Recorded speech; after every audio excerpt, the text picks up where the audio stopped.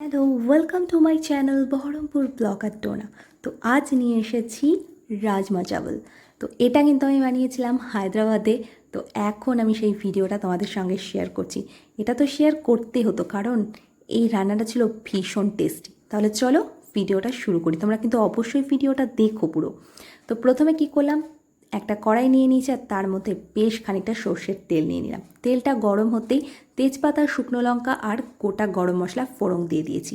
আর তার মধ্যে দিয়ে দিলাম মিডিয়াম সাইজ করে কুচনো পেঁয়াজ। পেঁয়াজটাকে একটু ভেজে নেব, বাদামি রং চলে আসবে। আর তার মধ্যে দিয়ে দেবো আদা বাটা আর গিয়ে রসুন বাটা। তো এটাকে প্রথমে 1 থেকে 2 মিনিট ভালো করে কষিয়ে নিতে হবে। আর গ্যাসের ফ্লেমটা কিন্তু মিডিয়ামেই থাকবে। এরপরে দিয়ে দেব ধনে গুঁড়ো আর জিরে গুঁড়ো। তো সমস্ত মশলা দিয়ে দিলাম। তো এবার আরও 1 থেকে 1.5 মিনিট ভালো করে রান্না করে নিতে হবে। আর তারপরে দিয়ে দেব টমেটো পিউরি। টমেটো পিউরিটা দিয়ে দেওয়ার পরেও আরও 1.5 থেকে 2 মিনিট মতন কষিয়ে নিতে হবে। এতে কিন্তু মশলার সমস্ত কাঁচা গন্ধ চলে যাবে। এবার দিয়ে দেব স্বাদ মতো লবণ। আর দেখছো মশলা থেকে কিন্তু তেলটা ছেড়ে এসেছে, দারুণ একটা কষানো হয়েছে। আর তার মধ্যে দিয়ে দিলাম কুচনো কাঁচা লঙ্কা। আর আগে থেকেই এই যে রাজমাটাকে তোমরা সেদ্ধ করে নেবে। এইবার মশলাটাও আমার কষানো হয়ে গেছে, তো আমি দিয়ে দিচ্ছি সেদ্ধ করা রাজমা। রাজমাটাকে মশলার সাথে ভালো করে মিশিয়ে নেব। এরপরে বেশ খানিকক্ষণ ফোটাতে হবে। ফুটিয়ে নেওয়ার পরে তোমার কাসুরি মেথি দিয়ে দিলাম আর গিয়ে গরম মশলা। কাসুরি মেথি দিতেই এত সুন্দর গন্ধ বেরিয়ে আসবে, মানে তোমরা যখন আর কি রান্না করবে বুঝতে পারবে, ভীষণ সুন্দর হবে।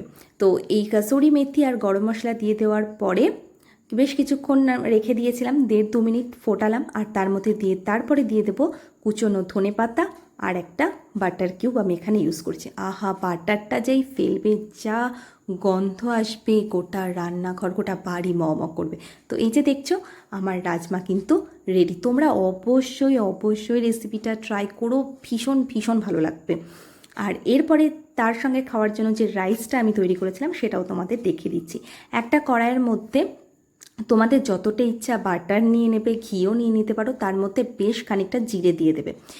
এইবার মানে কিছুটা নাড়াচাড়া করার পরে যে রাইসটা আগে থেকে রেডি করে রেখেছিলাম সেই রাইসটা দিয়ে ভালো করে মিশিয়ে নিতে হবে। আর কিচ্ছু না, ওপর থেকে বেশ পরিমাণ চিনি দেবে যাতে একটু মানে মিষ্টি ভাবটা লাগে, না হলে ভালো লাগবে না। আর কুচনো ধনেপাতা, ব্যাস রাইস কিন্তু একদম রেডি। তো দেখলে সুপার ইজি একটা রেসিপি। তো দারুণ দারুণ খেতে হয়েছিল। তোমরা অবশ্যই ট্রাই করো। আর ভিডিও ভালো লাগলে